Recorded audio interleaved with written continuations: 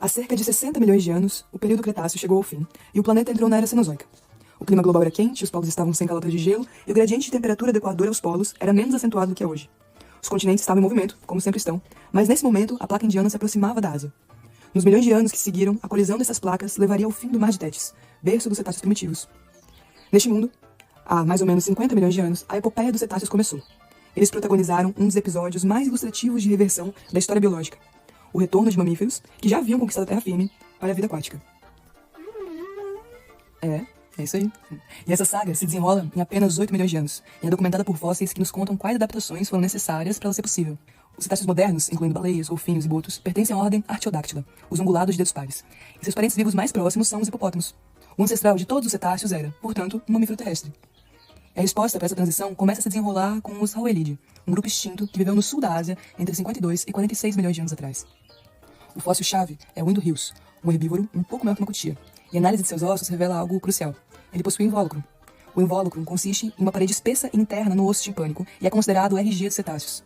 Estudos demonstram que o Indo-Rios passava uma parte considerável do seu tempo na água. Tá. Você quer saber por que ele passava tanto tempo na água se era um bicho terrestre? Beleza. Bom, a hipótese ecológica mais bem aceita hoje é de que mergulhar para se esconder de predadores pode ter sido o pontapé inicial para o retorno ao ambiente aquático. É isso aí. Bom, continuando. Os primeiros cetáceos conhecidos foram os Pachycetidae, como o Pachycetus e o Ichthyoleches, vivendo há aproximadamente 49 milhões de anos. Encontrados exclusivamente no Paquistão e oeste da Índia, seu habitat era restrito a rios e lagos de água doce. Sua anatomia refletia essa vida anfíbia de emboscada, possuindo ossos das costelas densos que serviam como lastro, para ajudá-los a permanecer submersos.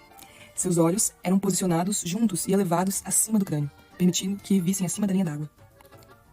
Rumo à água, nos encontramos com o Ambulocetus natans, a baleia que anda e nada, que viveu há cerca de 48 milhões de anos. Ele possuía grandes pernas e podia caminhar em terra. Na água, ele provavelmente nadava com o movimento alternado dos pés, de forma semelhante às lontras de rio. Os cientistas só entenderam que o fóssil que eles estavam olhando era uma baleia ao identificarem um osso timpânico extremamente denso, ou seja, um invólucro. E se tem invólucro, é cetáceo.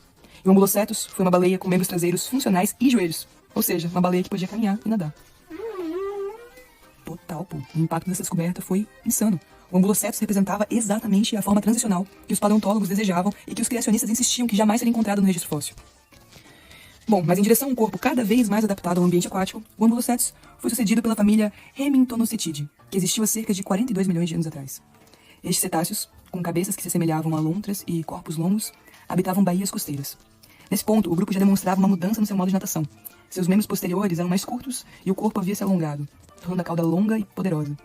Essa morfologia sugere uma transição da natação propulsionada pelos pés para um movimento de ondulação caudal. A dispersão global não teria sido possível sem uma mudança fisiológica. Testar? Olha só, mesmo não tendo mais perna, até que teu chute tá bom, hein? Bom, enfim. Mas é exatamente isso. Osmorregulação. O desenvolvimento da osmorregulação os permitiu beber água salgada, utilizando a capacidade de concentração dos rins para remover o excesso de sal. Foi essa habilidade que permitiu aos cetáceos viajar longas distâncias pelo oceano. E é a família Protocetidae que representa essa primeira fase de colonização global. Com a capacidade de sobreviver totalmente em água salgada, estes cetáceos, com fósseis datados entre 49 e 37 milhões de anos, se espalharam rapidamente a partir do sul da Ásia. Eles eram nadadores mais robustos e eficientes, usando também a ondulação caudal, porém ainda mantinham juntas totalmente móveis, sugerindo que podiam subir em terra. Todos os cetáceos atuais têm como ancestral comum um Protocetidae, mas esse grupo também deu origem aos Basilosauridae, que viveram entre 41 e 34 milhões de anos atrás. Eles eram mamíferos marinhos obrigatórios, que já não conseguiam se locomover em terra. E apesar disso, retiveram membros posteriores minúsculos e vestigiais, completos, com joelho, com dedo, porém inúteis para a locomoção. Pois é, minha amiga. Você nunca viu um Basilosauride porque este seu querido primo foi extinto. Assim como praticamente todo mundo que a gente falou aqui até agora, né? Bom, mas isso aconteceu por volta de 34 milhões de anos atrás, no limite do Eoceno para o Oligoceno, um momento marcado por uma grande mudança. O deslocamento dos continentes transformou as correntes oceânicas e a Antártica começou a congelar.